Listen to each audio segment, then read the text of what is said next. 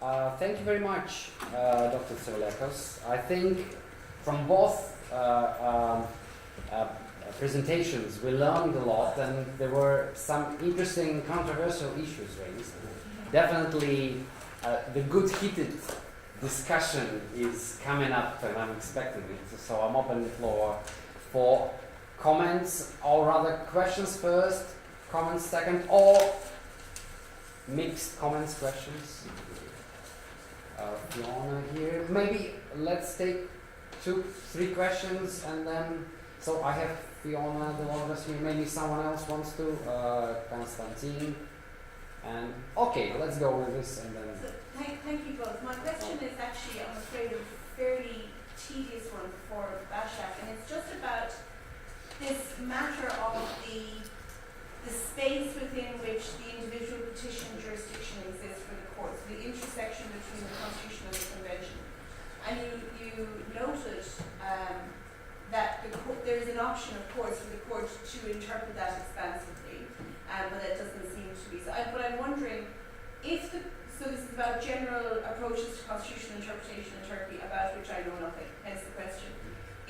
Would it be unusual within the constitutional jurisprudence to take an expansive interpretive approach to that jurisdiction, or does the court have a culture of expansionist interpretation within which that would fit fairly comfortably? Does that make sense? And Konstantin? Yeah, my question obviously goes to Vasilis. First of all, I hope I don't lose my voice. it's okay. I can reply as well. My question is about obviously this issue of Oleanatos and same-sex partnerships. My question is, maybe sometimes ends justify means. You know, when in this, I will explain what I mean. In many situations, and I agree with you, the courts would find discrimination if the state tries to do something like this. So if you provide for abortion for medical reasons, but they don't provide mechanism for fulfilling this right, then the court will find violation. If you outright say there is no abortion available, there will be no violation. A, B, and C is a very good example of that. In C there was a violation, in A and B there was also like Polish case law, etc. Another thing is like and I wanted also your comments on that sometimes the rulings of the court might lead to negative results as we perceive it ideologically. I remember, and my Polish colleagues would correct me if I'm wrong, there was a judgment of Constitutional Court of Poland at some point, long time ago. There was a difference in the amount of years that foreign men and foreign women had to live in Poland in order to obtain Polish citizenship. So like it was, I'm making things up, 7 years for men and 5 years for women. So the court found that incompatible with the constitution, discriminatory, etc. So what they did, they lifted up the numbers to 7 years for everyone, of course. So like, I mean, maybe sometimes this like quiet reasoning of the court not giving the states a bad option is actually justified. Okay, I think we have 2 questions. So we start with Bashak, Charlie first, and then Vasilis. Okay, so I think the Turkish Constitutional Court has very diverse range of interpretive techniques, and I struggle to understand them in a coherent way. So I think that there are different things that it does in different areas. So it's very difficult to say that it has some sort of an expansive interpretation thing, because you can find lots of counter sort of examples to it. And what happened is, I think, since 2012, because that's a core time and there's this intersectionality argument that has been inserted to it, the court's jurisprudence in some areas changed from its previous case law when it didn't have the right to individual petition. So in some areas it's become a very loyal follower of the Strasbourg case law. Article 2, Article 3, procedural obligations, jurisprudence of the Turkish Constitutional Court is outstanding. I mean, it's, in terms of the principles in the case law, it is exactly, the way that it's developed is very similar to the Strasbourg case law. But in other areas, the Constitutional Court has developed some sort of an autonomous interpretation of certain issues. It's not a Strasbourg interpretation, it's sort of its own kind of autonomous interpretation.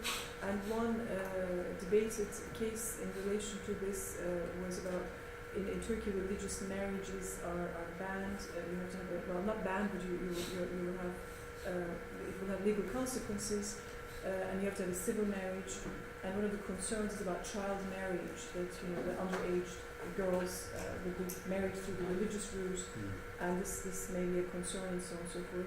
And the Turkish Constitutional Court, as a colleague put it, acted like the Swedish Constitutional Court or something, because they made this argument that we don't when couples are living together and they're not married, we don't sort of criminalize that.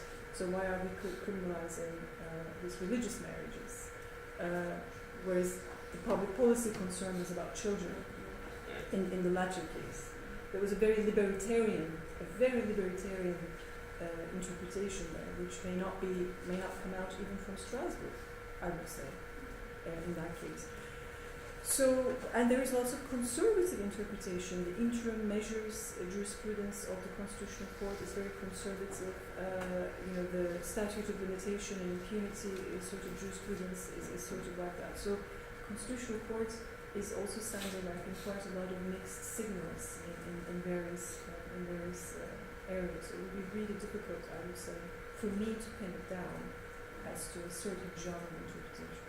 But if there were expansions to this relation, it wouldn't be like the first or the only time they've done it. So one could point to times in the past where they had taken a more expansionist route. Like it wouldn't be completely unheard of. I was just, yeah. Do we have a comment from Professor Yildirim here? Okay, actually, You would make better sense. no, I agree with what you have said, but we suffer from a historical legacy of protecting state rather than protecting individual rights. The existence of Turkish Constitutional Court was a result of protecting state against state, you call deep state, they defined as dangerous minorities, like ethnic minorities or religious people or blah blah. So their aim was to protect first and foremost the state against these threatening people. But since 2010, we have been trying to solve this problem through following a right expansion policy. But we don't want to be seen as acting as a kind of judicial activist body, because what the Turkish Constitutional Court was mostly criticized in the past because of its judicial activism to protect state interests or official state ideology. So, as a result of this historical legacy, we have been trying to pursue a kind of judicial self-restraint. Even in some cases, it means we don't protect human rights as we would like to protect. I mean, as I understand, the aim of the individual application is to provide individual justice, but also it aims to send signals to other political branches that they should remedy public act or action or omission that results in human rights violation. So we keep saying that one shouldn't expect the Turkish Constitutional Court to bear the burden of solving the country's all human rights questions alone. The other political branches should do their own homework as well. And also, in terms of general measures, we have been very careful in that respect because we feel that the influx of individual applications would make the aim of individual application unworkable. We have always suffered from the fear of unmanageable numbers of individual applications. That's why we have so far adopted a very strict interpretation of admissibility decisions. But in the future, this may change. And one of the problems is that the vast majority of individual applications, they are related to claims about the decisions of local courts or court of cassation or council of state. So people think that we have the mandate to act as a kind of super appeal body, and we are very careful to avoid conflict with other high courts. Especially this individual application system was first taught that in 2004, but since the strict resistance of the other high courts, Court of Cassation, Court Council of State, at that time the governing body, they decided not to implement it. So, but in 2010, for some reasons, they decided to put this remedy into constitutional amendments.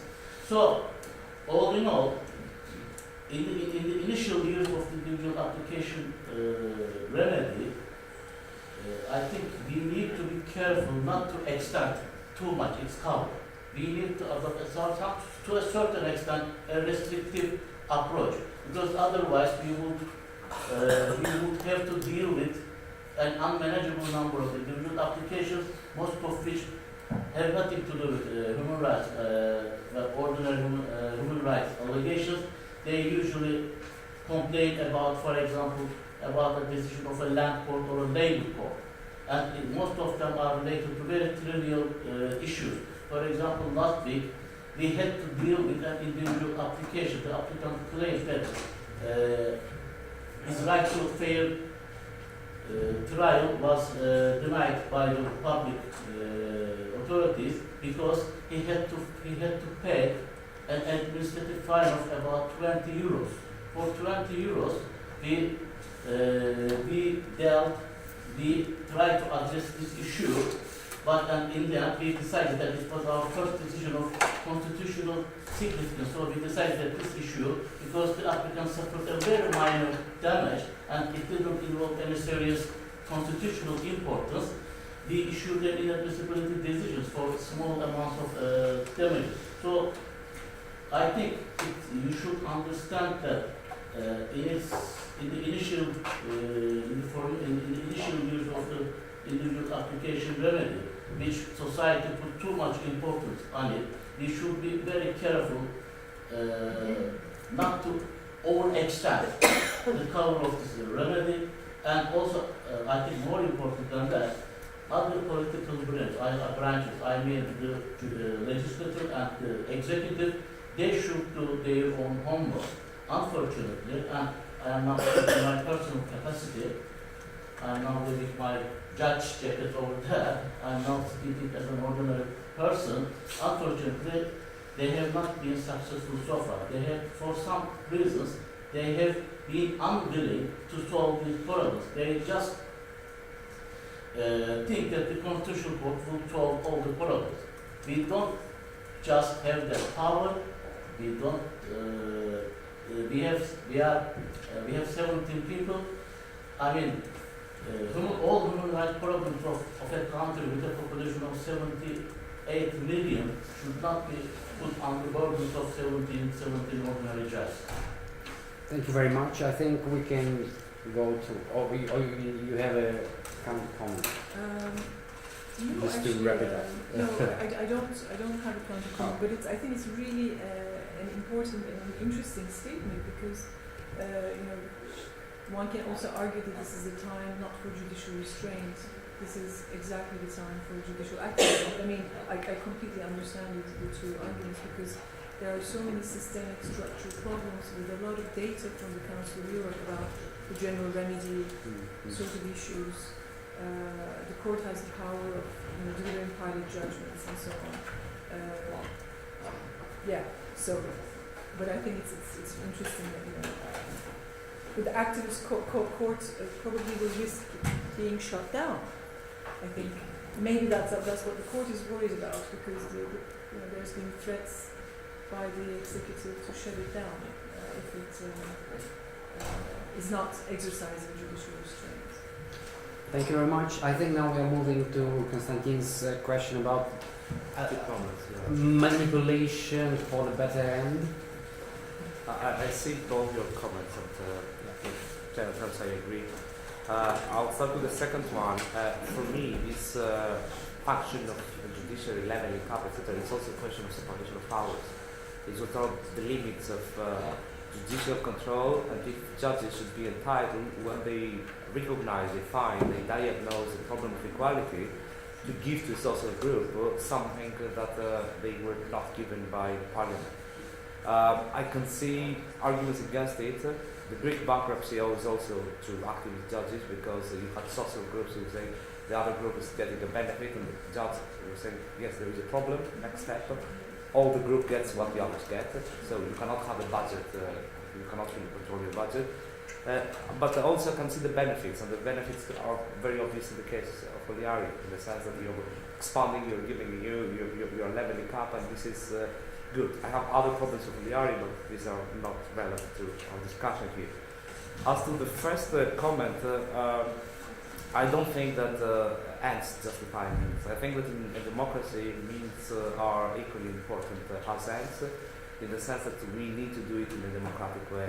And I will not say that this was not done in a democratic way in the case of Humanities, because you had a parliament that voted, etc. But most of the parliamentarians were thinking that they are voting because this is an obligation stemming from Strasbourg. And sometimes this can backfire, or sometimes this fuels, populism and that kind of sentiments like anti-Europeanism, etc., that we do not want it. And for me, especially that particular point of European history, etc., it is very important that citizens perceive decisions coming from instances like Strasbourg as legitimate. And for that reason, we need enough, sufficient justification and to know the reasons why this is happening. So I'm very happy with Oliari, but Valianatos was not requiring from the Greek state to level up. This was something that the Greek state should have done it, because it is a democratic, pro-same-sex partners society, which is not, okay, if we want to be honest. But they did it because Europe is mandated. This is not a good way for things to happen. We are already over our limits. Should we stop here unless we have a great question? The audience is exercising a great self-restraint. Thank you very much for that, and we are going For a great coffee. Start again at 4. Yeah, we are going for a coffee break, and we start in 20 minutes at 4. Thank you very much.